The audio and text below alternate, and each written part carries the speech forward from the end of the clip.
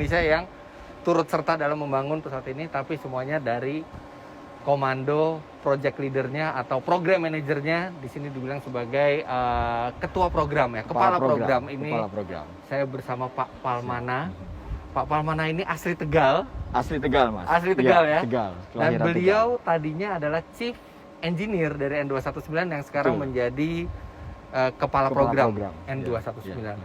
Pak Palmana, siap. Congrats buat penerbangan perdananya walaupun udah 2017. Terima kasih. Dan terakhir TC, Mas. Ini terakhir kemarin, apa? Type certificate ya di udah dapat. Udah dapat di 2020 kemarin Desember. Wah, luar biasa. Ya. Nah, Pak Palmana, boleh diceritain sedikit nggak sih awal mula pembuatan pesawat ini tuh sebenarnya tujuannya untuk apa secara spesifik? Oh iya, siap. Terima kasih. Jadi pertama-tama memang waktu itu kawan-kawan di engineering di PTDI mencoba membayangkan karena udah cukup lama tidak ada kegiatan new product development. Terakhir adalah zaman Pak Habibie di 1994 sampai 97 gitu ya. 94 N250. N250 ya. Habis itu vakum. Kemudian juga sempat PTDI turun hampir juga lock off gitu ya, sehingga kemudian di 2003 kita mulai coba berpikir lagi apa sih yang bisa kita kemudian lakukan untuk mempertahankan eksistensi, kompetensi, ilmu rancang bangun pesawat terbang, karena itu harus di-maintain supaya tidak punah, dalam arti begitu. Nah, waktu itu mencari ide kira-kira pesawat seperti apa yang bisa dikembangkan dan bermanfaat buat bangsa Indonesia. Bukan cuma buat gagahan, ya betul, persis, tapi tapi betul-betul ada fungsi dan juga dibutuhkan. Nah, dari situ kemudian dilakukan survei ke beberapa pulau, Papua, Sulawesi, Kalimantan. Nah, di situ memang secara faktual, secara nyata terlihat bahwa ternyata banyak juga saudara-saudara kita yang tinggal di wilayah-wilayah yang pesisir, di perbatasan-perbatasan, memang yang tidak ada airport besar juga aksesnya sangat susah. Sebagian hanya mengandalkan pesawat terbang. Dan waktu itu pesawatnya memang kecil-kecil, ada Cessna, Caravan, Twin Otter, juga pesawatnya sudah cukup lama, sehingga disitulah kemudian tergugah. Kayaknya pesawat-pesawat yang model begitulah yang bisa kita kembangkan. Satu, pesawatnya nggak gede-gede amat. Yang kedua, biaya pengembangan juga tentunya tidak terlalu sebesar mahal. Waktu kita mengembangkan 250 gitu ya, pesawat-pesawat kelas N250, sehingga kawan-kawan engineering menguatkan diri untuk mulai membuat rancangan ini pesawatnya kayak apa nih gitu. Nah, dari situlah kemudian tercetus rancang bangun N219. Ya, pesawat yang dibangun bukan untuk gagah-gagahan, tapi untuk memberi sumbangsih bagi Indonesia juga. Persis, Mas. Betul. Luar biasa. Betul. Pak, boleh kita jalan-jalan? Dan mungkin silakan. Saya kan awam sekali pesawat. Kalau Pak Palmana mungkin bisa jelaskan ke saya apa saja kira-kira fitur unggulan yang ada di pesawat ini. Oke, siap. Baik. Oke. Mesin 2 ya? Dari mesin 2 sesuai dengan namanya N219, 2 mesin dan 19 penumpang. Nah, pesawat ini memang dirancang untuk tidak harus beroperasi di landasan yang beraspal. Oke. Artinya unpaved. Unpaved itu yang landasan yang sudah keras tapi betul. tidak beraspal. Makanya kita siapkan landing gear dan main landing gear, nose landing yang cukup tangguh untuk bisa beroperasi di wilayah-wilayah perintis Indonesia. Betul. Meskipun landasannya belum diaspal gitu, Mas. Jadi, betul, dan pendek ya take off landingnya. Jadi kalau berapa meter kalau untuk operasional ada istilahnya take off run ya. Iya. Take off run itu kebutuhan landasan untuk pesawat dari break release sampai take off itu ada di 360 meter. 360 meter artinya nggak sampai satu lintasan drag race. Take off ground run-nya di 360 meter. Kemudian kalau landing dari touchdown sampai kepada pesawatnya diem itu di 450 meter. Sehingga memang ini sangat cocok beroperasi di wilayah-wilayah perintis yang memang notabene landasannya sangat pendek-pendek gitu, Mas. Iya, pendek, nggak sampai setengah kilo pesawat ini udah bisa take off dan landing. Ini kalau ban tidak retractable, apa retractable? Ini tidak retractable, istilahnya fixed landing gear itu. Karena memang untuk mempermudah maintenance, jadi mengurangi aspek-aspek maintenance apabila kita menggunakan yang retract, tentunya sistemnya lebih kompleks di situ. Nah, ini yang menarik perhatian saya, Pak Palmana. Iya. Biasanya untuk masuk ke dalam pesawat tuh cukup satu orang aja space-nya. Ini kenapa lebar sekali? Betul. Ini adalah salah satu feature-nya juga. Kita menyiapkan pesawat ini untuk bisa multi purpose.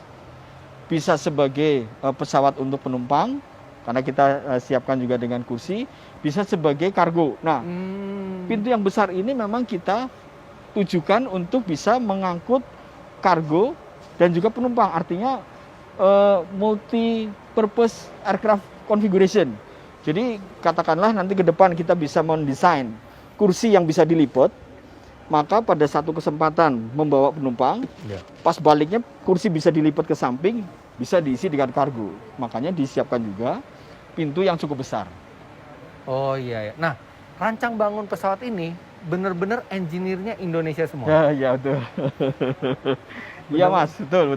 Betul ya semua ya. Betul. Dan ini pesawat bukan kerjasama dengan pabrikan pesawat lain. Betul. Jadi pesawat ini memang 100% dirancang bangun oleh engineer-engineer di PT.DI dan LAPAN dan juga dengan Kementerian Perhubungan DKPPU. Jadi totally Indonesia. Wah, luar biasa. Made in Indonesia 100%. Made in Indonesia bukan hanya dibuat tapi juga dirancang di Iya, Indonesia dirancang, juga. diintegrasikan, diuji terbang, diuji ground, uji terbang, disertifikasi semua oleh engineer-engineer Indonesia. Oke, itu bagian belakang kargo juga ya Pak Bot? Memang kita bagi beberapa area di tengah ini untuk penumpang, di belakang kita bisa menempatkan kargo sehingga memang ada penumpang-penumpang yang membawa barang-barang kecil bisa disimpan di dalam kargo. Ini kalau saya perhatikan ya Pak ya, saya pernah masuk ke dalamnya Twin Otter, ini lebih besar ya dibandingkan pesawat sejenis. Tepat sekali. Silakan Mas, masuk Mas. Jadi memang kalau kita bandingkan dengan pesawat misalkan Twin Otter, Cessna, ini cabin-nya lebih besar, lebih luas. Saya tidak harus tunduk gitu ya. Kalau saya naik ke Kodiak, naik ke Twin Otter masih harus menunduk sehingga kepala ya memang harus agak nggak nyaman gitu ya. Nah kalau ini kita rancang memang untuk nyaman. Yang kedua jendela ini kita rancang lebih mempunyai ukuran yang gede sehingga kita bisa melihat pandangan luar lebih nyaman. Exciting juga kalau kemudian kita melihat ke wilayah-wilayah perintis. Nggak sabar rasanya ke tempat-tempat pelosok di Indonesia yang indah, terus ngelihat dari sini ya. Nah ini kita lagi usahakan untuk bisa memulai serial production Mas terhadap pesawat N219 sehingga betul-betul bisa nanti terwujud N219 akan berterbangan di seluruh wilayah Indonesia. Sebelum dijual persyaratannya ada lagi yang belum dipenuhi apa semuanya sudah dipenuhi? Secara aturan safety regulasi sudah terpenuhi. Wih, hebat. Ya, jadi ada aturan-aturan di dalam regulator yang harus dipenuhi, kemudian itu sudah bisa kita comply secara menyeluruh. Oke, kita lihat lagi Pak. Nah di sini ini kursi ada 14. Ini memang masih ada beberapa peralatan flight test ya. Untuk kebutuhan flight test, kawan-kawan flight engineer melakukan monitoring data-data pesawat, karakteristik pesawat yang disimpan di dalam ada komputernya. Kalau terbang kita masukkan, kemudian bisa dilakukan. Jadi pesawat ini bukan yang akan dijual, ini pesawat eksperimental. Betul. Ini adalah pesawat uji terbang. Ya, bukan dummy ya. Asli. Oke, sekarang kita ke kokpitnya. Pak, ini canggih banget Pak dalamnya. Ini asli ya. Asli ya, ini bekerja semua ya. Semuanya bekerja. Ini pesawat yang bisa terbang ya? Iya, bahkan nanti kita ada session juga untuk lihat pesawat ini terbang. Wih, kita akan melakukan juga taxiing ya, lihat secara langsung bagaimana pesawat bisa merasakan bagaimana di dalam pesawat melakukan taxiing sambil muter-muter PT.DI nanti. Wah, ini terbang maksimal itu berapa feet Pak ketinggiannya? Ya, pesawat karena ini kan unpressurized. Sehingga pesawatnya tidak bisa terlalu tinggi ya? Tidak bisa terlalu tinggi di ketinggian 12.000 kaki lah. 12.000 kaki ya?